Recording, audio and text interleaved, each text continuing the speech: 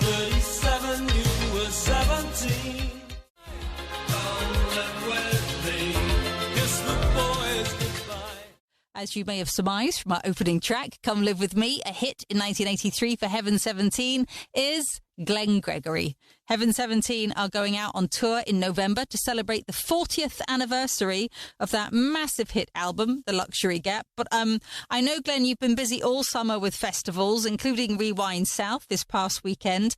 And I'm curious about who you love to watch from the wings at these kinds of festivals where you are much in demand. I always love watching Kim Wilde, actually. She's such a great performer, and the whole band are.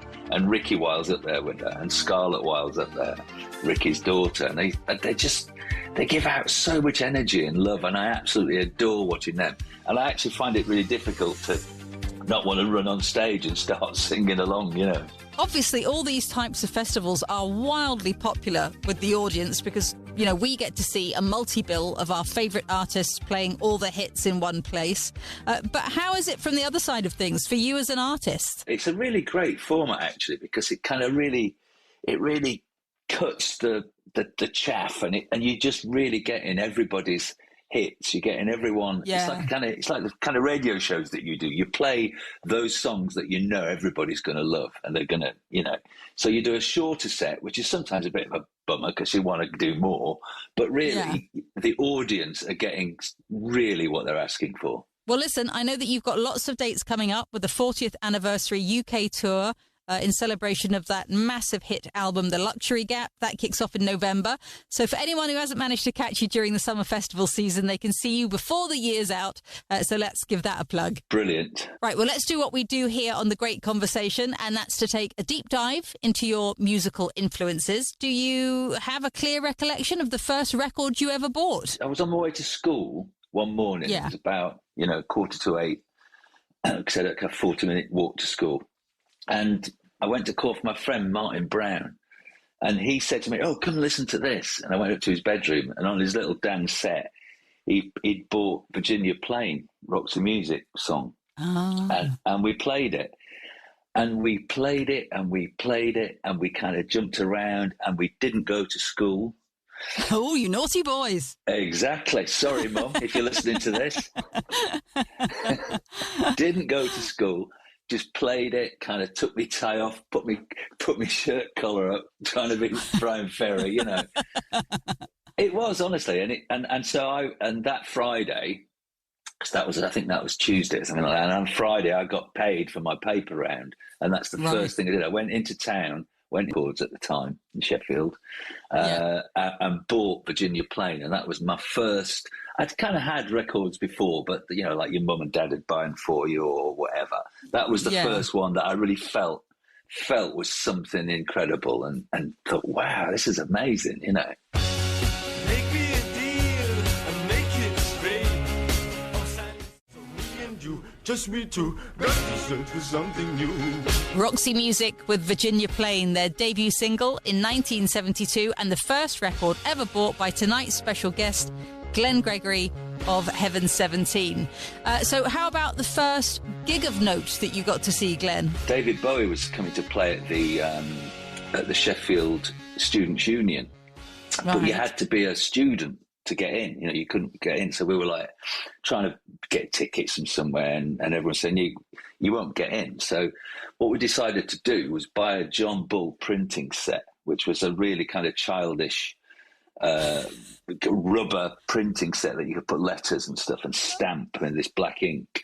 And we made student union cards. Mine was from the arts college, the Salter Lane Arts College, and we made these student union. It was very Blue Peter because we backed them with sticky back plastic, and they looked pretty rubbish, to be honest. But it worked. We got in and we used. Oh my goodness! No, I know. And I saw David Bowie, and I saw Roxy Music there. Hundreds of bands there. Alex Harvey, but we used them literally for 3 years.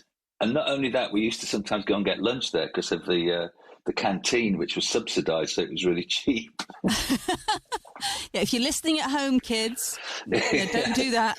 yeah. If you're listening at home, go and buy a John Bolt printing set. But my albums always kind of change as to which is my favourite. Sometimes quite often it's Young Americans. Yeah. But I think the one that actually moved me most at that point, that made me really think this is really something incredibly special, was Aladdin Sane. Oh, me too. Lady Grinning Soul. Yeah. Oh, I just got to do that live. Oh, it was such a joy. What a song. I had such a smile on my face. I mean, and let's just slightly go off at a tangent then while we're talking about Bowie, and talk about this amazing collaboration, which was anointed by Bowie, of course, wasn't it? I mean, he was highly approving of this. This is his longtime collaborator, Tony Visconti, and yourself going on tour, sort of singing from his songbook, with his stamp of approval. How did that all happen? It was absolutely a right place, right time thing for me. I'd been working on an album with a Dutch artist called Stefan Emmer, and Tony Visconti was producing it. And so I went to meet Tony and mixed the tracks that I'd been involved with. I wrote and sang 4 tracks. And we were at Abbey Road Studios, and we were in the studio, and it was amazing to meet Tony, and he was doing his mixing. I was just sat at the back, and he turned around to me and he said, "Do you know what, Glenn? There's really quite a lot of David in your voice as I'm sitting here mixing. You've definitely got a very similar timbre." Oh. And I was, it was like one of the nicest things anyone ever said to me. And I said to him, "Can I have that in writing?" And he said, "No." I went, "Oh, I'll sit up then." But it was amazing. And unbeknownst to me at that same time, they'd been planning to go on tour. And then the question came up, who should we get to sing? And as Tony, literally, I swear it's the only way I would have ever got in there. He'd just been mixing my voice. And he said, "I think I know who could do it." And so they contacted me. Tony phoned me up. It was on my birthday, actually. Oh, wow. I was walking back home from school with my boy, my son. And Tony asked me to do it. And I said, "Oh, God, amazing. I'd love to do it." And that's it. We've been doing it now for ages. She'll come.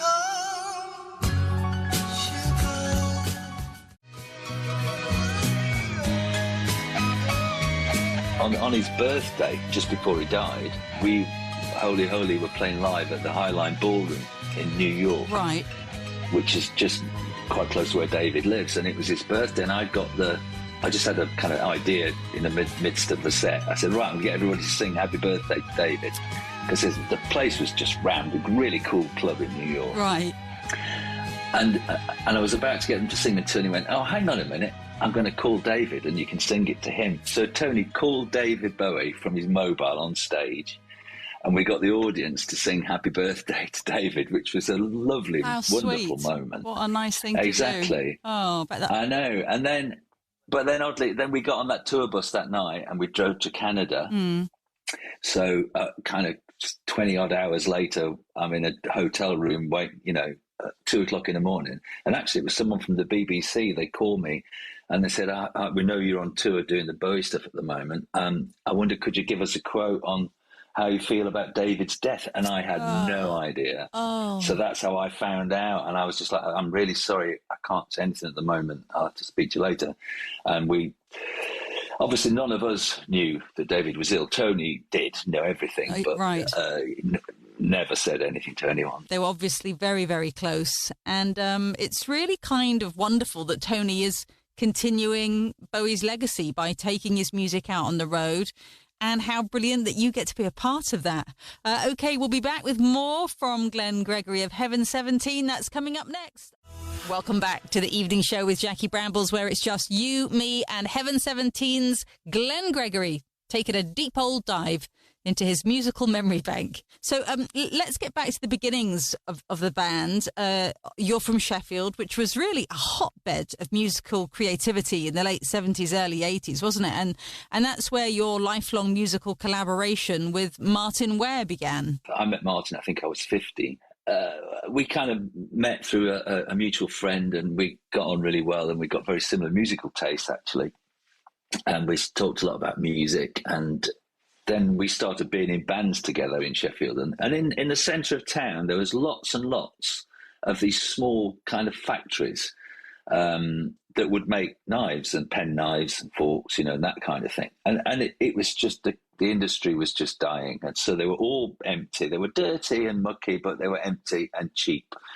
And so landlords were really happy for people to kind of come along and say, well, actually, can we give you a bit of rent and we'll use it? Which is what all these people did. Cabaret Voltaire had one. We had one. The Human League had one. ABC had one. Def Leppard had one. The Thompson Twins, the Comsat Angels. And it was really strange. You could come to rehearse on a Sunday afternoon or something, and you'd walk past and you'd hear ABC rehearsing, or vice versa, as it was at that point. How amazing. And in fact, in amongst that Sheffield talent pool, legend has it that you came very close to being the lead singer of the Human League. And in fact, Phil Oakey owes you big time, doesn't he, for heading off to London just long enough for him to get a foothold? I decided that I was going to move to London and pursue my career as a photographer, which was one of my other loves. Similarly, at that point, Martin and Ian Martin had got a job as a computer programmer, or a computer engineer. And so he'd got some money. So he'd bought a synthesizer, a monophonic synthesizer. So him and Ian had been doing these demos, writing just like songs. I would have been the singer of this band normally, because I always ended up being the singer because my bass playing was so bad. But because I'd gone, they were like, well, who we're going to get? And this is actually a true conversation. You can ask Martin Ware. Martin Ware said to Ian, well, I don't know if he can sing, but I've got this mate from school called Phil, and he's got a fantastic haircut. and the rest is history, as they say. But I mean, I'm not in any way bitter about not being singer of the Human League. I wouldn't change it for the world, because I adored those first two albums, and I actually adore what happened afterwards.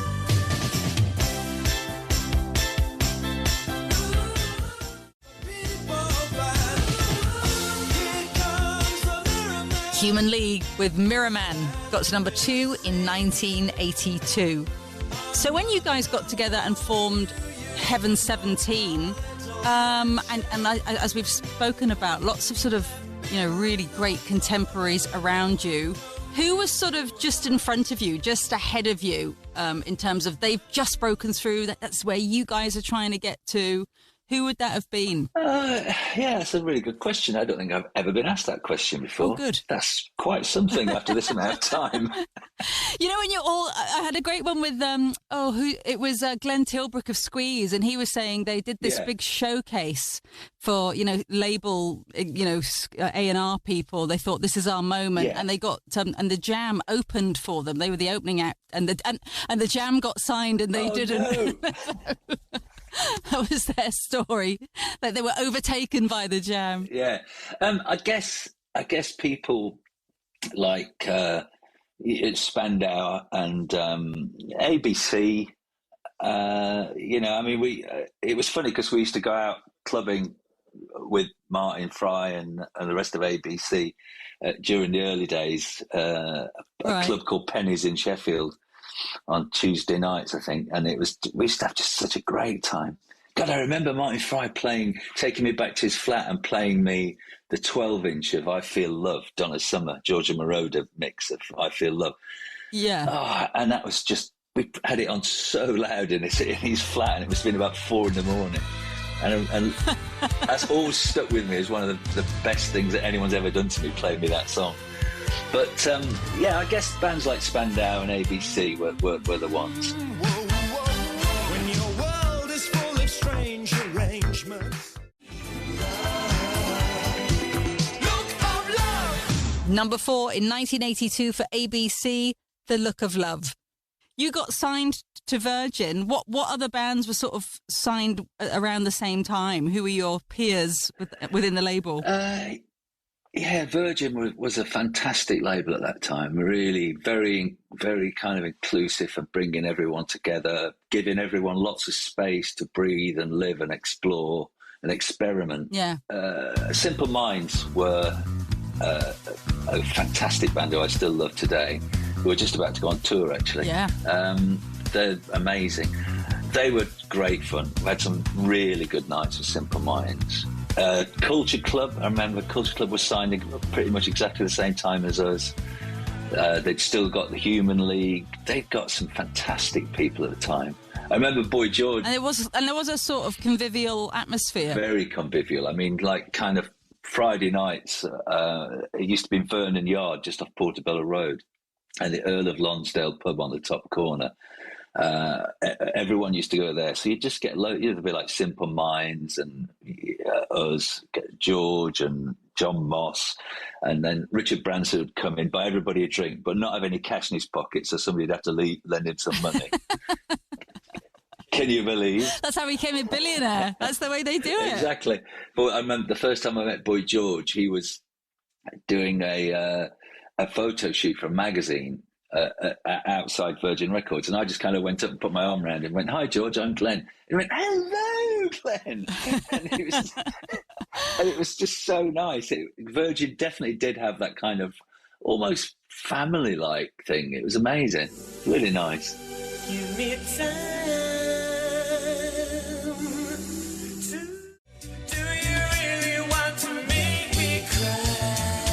Do You Really Want to Hurt Me? The debut single going to number 1 in 1982 for Culture Club, label mates to Heaven 17.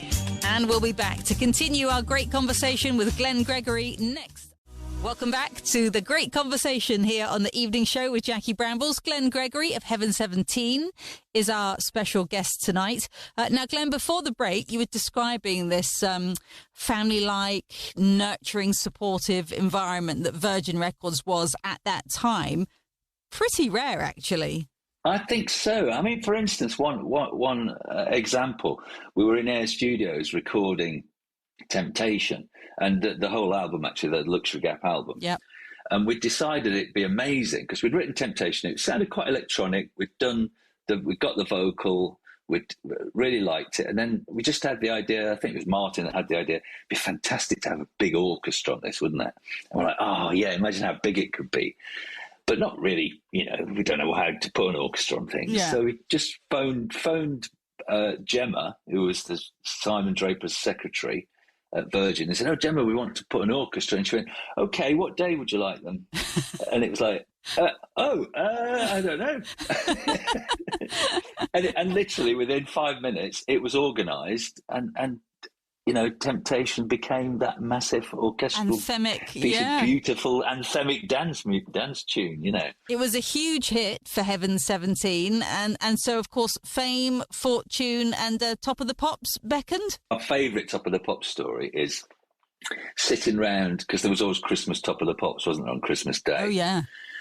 Was sitting round on Christmas Day about 2:30 with my mum and dad and my gran and my granddad and whatever, and watching Christmas Top of the Pops, and we were on Christmas Top of the Pops, amazing. singing Temptation.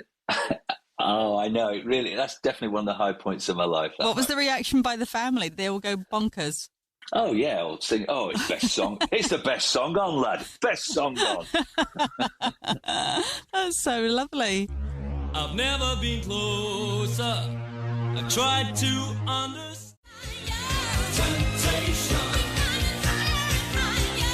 Temptation, number 2 in 1983 for Heaven 17. Now, Glenn, I have heard a story, you can tell me whether it's myth or truth, of some kind of subterfuge going on during the recording of that legendary album, The Luxury Gap.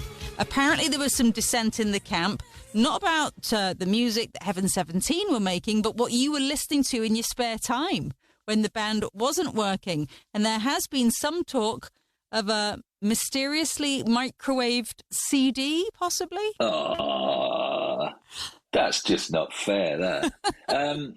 I've got a secret love of country music. Oh, you and me both. Well, there you go. And I honestly do really like Dolly Parton. Oh, right. And I used to have a Best of Dolly Parton CD, which I would sneak on. I'd try and do it quietly. Yeah. So when I'd go in early sometimes in the morning, or sometimes late at night, and I'd put a bit of Dolly on really loud on the massive speakers at Air Studios, and I used to love it. And I came in one day and I opened my Dolly Parton CD, and it looked like it had been kind of, I don't know, like electrified. I said, what's happened to this? And they're all laughing, and they'd put it in the microwave. They'd microwave my Dolly Parton CD. We must talk about your work with the late, great Tina Turner. I mean, you guys had a really big hand in turning her career around right at the time that she needed it. How did that come about? We went out to LA. That was a really very funny moment. Going up, myself, Martin and Ian, driving up in the Hollywood Hills to this kind of nice house in the hills, getting out of the cab, knocking on the front door, and Tina Turner opening the door. I was like, yes, we've made it. Yes. And she looked so sweet. She got little kind of pigtails, and just was so welcoming and so nice. We went in and she cooked us dinner, and we sat in the kitchen and we all chatted. And of course, this would have been right before the big comeback. The song that you worked on together was the comeback post sort of Ike and Tina. So what exactly was she fragile, or was she sort of excited at that point? She was very excited. She came over. She agreed to come over to England to work with us. And she came into John Fox's studio, The Garden, which we were working on this album. And she was very confused because there was just a big Fairlight in there and a couple of synths. And she kind of came in. There was myself, Martin and Ian, an engineer, and just a lot of electronic equipment. And she just said, "Oh, where's the band?" And we just kind of pointed to the Fairlight, which is a big kind of, synthesizer type thing, computer synthesizer. And then Ian, I remember Ian saying, "Oh, this is the band. He's very pleased to meet you."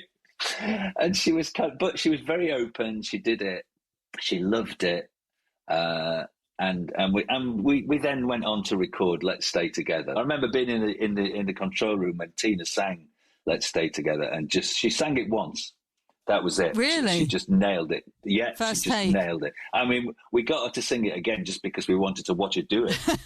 But it's true. It's like, we're all like, we don't need another one. Yeah, well, let's just ask her to do it anyway. You don't even have to push the record button. We just want to watch her. No, it really was like that. Yeah. She just absolutely nailed it. And I mean, for many years, actually, that was the biggest selling 12-inch in American history. It went absolutely massive.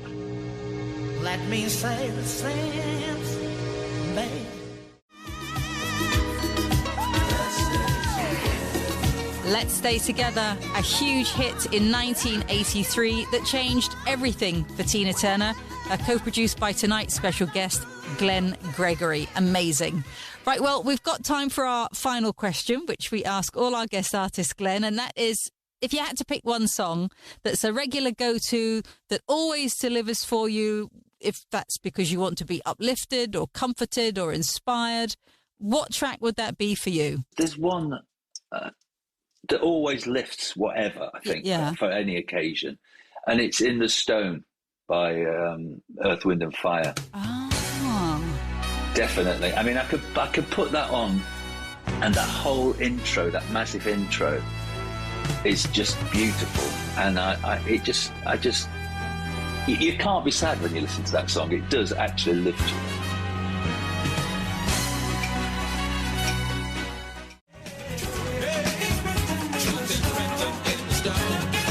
From 1980, that's Earth, Wind and Fire with "In the Stone." The final track tonight, as chosen by our special guest, Heaven 17's Glenn Gregory. Thank you so much for joining us. It's been such a delight. Your stories are amazing. I hope you're going to write a book. I don't know if I am, Jackie. I've had to kind of, you might have to shave a few truths out of things if you do that. It's been such a delight, Glenn. Thank you so much. Brilliant. I shall speak to you soon, Jackie. What a great conversation with Glenn Gregory.